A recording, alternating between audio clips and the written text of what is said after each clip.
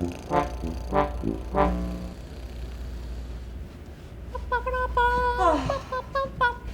效组林佩蓉、杨丞琳、陈嘉佩。那陈嘉佩，你录了吗？我录了。那陈嘉佩，你要从外面走进来坐下。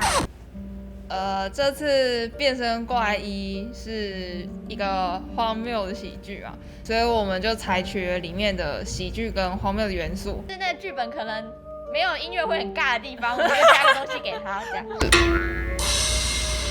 就是有一点感觉很像孔锵老师在现场，就是2个人会在副控室走 Q， 就一个人会走一个叫做 Q Lab 的软体，那是专门给剧场走音效的一个软体。会不会讲太然后详细了？另一个就是会走 mixer， 就是操控器材的。而且我第一次待在副控室里面走 Q， 对我来说，上一次才是第一次真的走主播，然后就有点紧张。如果是舞台声音比较吵，或者是音乐比较大声，会听不太清楚今天讲话，然后就会比较紧张。做音效真的是，很 Windows 不友善，超级不友善。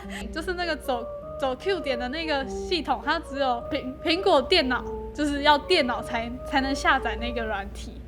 但当初的想法是真的想要做一个半即兴，之后他们2个就觉得很不可思议。打妹得死，打妹。Brenda 之前在试那个现场要走音效的那个 fader 盘，然后她在试那个的时候，在观众席最后一排大崩溃，然后她就在那里为什么只有左声道有声音啊？这样太棒了。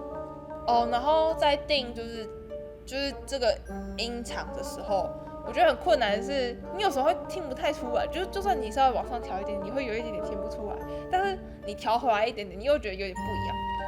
我觉得第一次做这件事情很难，可是这学期变成组长之后，就会变得很像，如果你自己没有立一个方向，就是很像在划船，如果你没有把船舵掌好的话，它就会乱飞。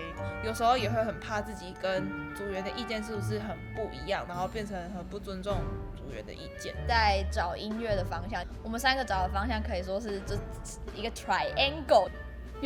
有时候会有一些各持己见的对话，因为音效的跟动幅度很大，然后如果一开始就没有一个明确的方向，就有点大海捞针。基于进度压力，有时候组员会希望说，就是跟组头那边讨论好，以免就是又做了白工。瓶颈就是可能技术整合上面，剧情的节奏跟音乐蛮不搭的。他可能写的是合理的东西，但跟视觉的结合没有很 match 的时候，也看起来就不是很对。还在想这方面要怎么办？要哭了！哪里要哭谁？我那时候在做一些 research 的时候，就借了这个机会联络了我大概有7、8年没有联络的钢琴老师，我就鼓起勇气跟老师说，我那时候其实就是最后几年学的不是很开心，然后就觉得有机会跟老师讲开这件事情蛮赞的。老师我爱你，对。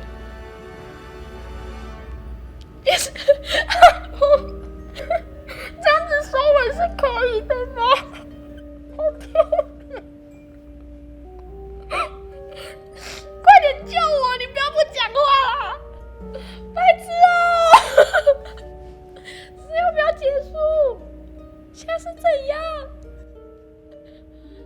我要骂人了！我要干完！赞喽！